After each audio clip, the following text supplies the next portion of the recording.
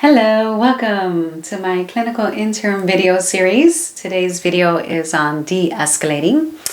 Many interns typically are intimidated to work initially with couples and families because of the tales they have heard and how hard it is to work with them. That there are lots of arguments and anger and you can't get a peep in. Well, working with couples and families indeed may present to therapy with lots of intense emotions and heated discussions. However, that doesn't necessarily equate to that the work is too hard, impossible, or dreadful. In fact, many love to work with couples and families. So clinicians just need the skill set to work with this client population that may need some guidance in emotional de-escalation.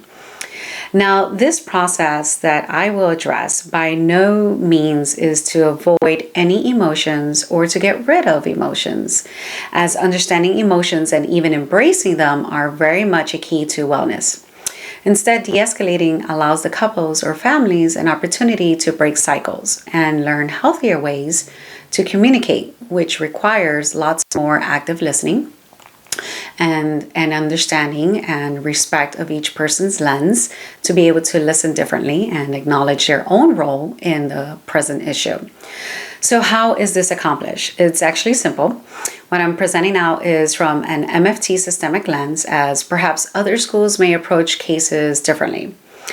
Some of the process will entail the clinician taking initially a stance of empathy to validate feelings, to be respectfully curious and making sense of their emotions in the context and potentially explore exceptions when possible. So yes, this is very simple, basic steps of essentially building a therapeutic alliance. So don't overthink it. Clinicians also are modeling more appropriate stance to be taken and help all to be heard.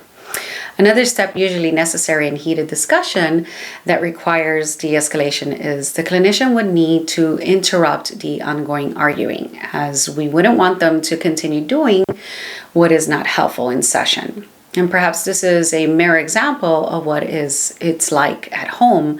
So instead, the clinician would specifically ask them to allow the clinician to instruct them to actively listen, allowing one person to speak while the other listens without interruptions or thinking of their response. But instead, just listen. The clinician would be particularly interested in exploring emotions and wants using circular questions. The clinician begins exploring what the client would like to see different and what would be different then, and how would that make a difference, and how are they currently feeling, and how do they feel about the other person's response, and how does that in turn make them feel, and so on. So then the clinician would turn to the other person that was listening and ask them what they heard, cautioning them to not answer points that were raised, but instead be in tune with what they just heard and felt. In cases where the client might have heard not quite what was said, the clinician can further explore how did they come to that conclusion, to understand if there are any potential triggers and patterns that becomes an obstacle in accurately listening to the messages being shared. So anyways, I could go on and on. This is not a lecture. So with that said, in summary, de-escalating would require a delicate balance of active listening and some directiveness to assist those escalated to a more suitable level of emotions, to allow those heightened the ability to hear what is actually being said and respond with more empathy and compassion. This is not, again, about dismissing emotions, but essentially gaining some control. So thank you for watching. I hope this has been helpful. So don't forget to subscribe if you haven't already for more beneficial videos, and I'll see you soon.